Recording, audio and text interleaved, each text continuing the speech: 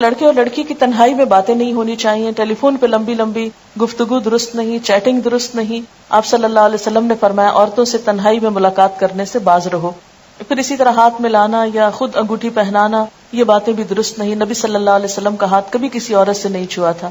پھر اسی طرح بن سنور کر لڑکے کے ساتھ باہر ڈرائیونگ پہ جانا یا سیر و تفریح کے لیے، یہ بھی درست نہیں.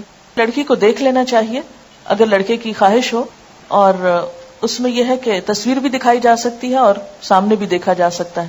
لیکن یہ ہے کہ اگر ممکن ہو تو پہلے سے دیکھ کر پھر پیغام بھیجا جائے، یا یہ کہ جب سب بات طے ہو جائے تو پھر آمنے سامنے لا کے دکھایا جا سکتا ہے. آپ صلی اللہ علیہ وسلم کو حضرت عائشہ کو دکھایا گیا تھا خواب میں. نبی صلی اللہ علیہ وسلم نے فرمایا کہ 4 چیزیں خوش قسمتی کی علامت ہے: نیک بیوی، کھلا گھر، نیک ہمسایہ، اچھی سواری. اور 4 چیزیں بدبختی کی علامت ہے: بری بیوی، برا ہمسایہ، بری سواری اور تنگ گھر.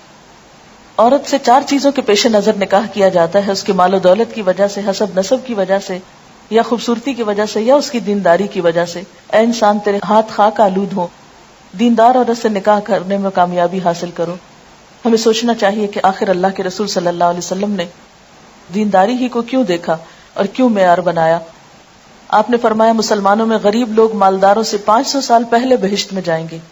آپ نے فرمایا ہر امت کے لیے ایک فتنہ ہوتا ہے، میری امت کا فتنہ مال ہے. پھر یہ کہ اچھے ساتھی کے لیے دعا بھی کرنی چاہیے، استخارہ کرنا چاہیے، چھان بین یا معلومات لینی چاہیے. اور اگر پہلے سے معلوم ہو اخلاق اور کردار کا تو مزید تجسس اور پیچھا نہیں کرنا چاہیے، کیونکہ کوئی بھی انسان فرشتہ نہیں ہوتا. دنیا میں فرشتوں کی تلاش محال ہے.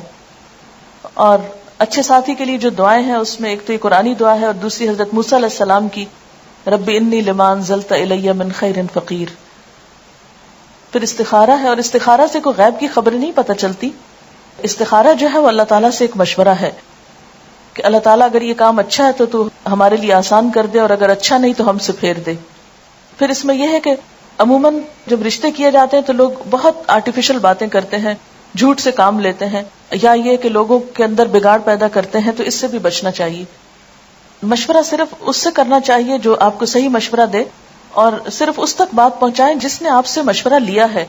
یہ نہیں کہ آپ ارریلیونٹ شخص سے پوچھا، پھر اس نے ایسی باتیں آپ کو بتائیں اور پھر ان باتوں کو کھولنا شروع کر دیا اور رشتہ لیتے لیتے لوگوں کو آپس میں لڑا کے اور فساد ڈال دیا. یہ عموماً جو ہمارے ہاں دیکھا جاتا ہے وہ درست نہیں.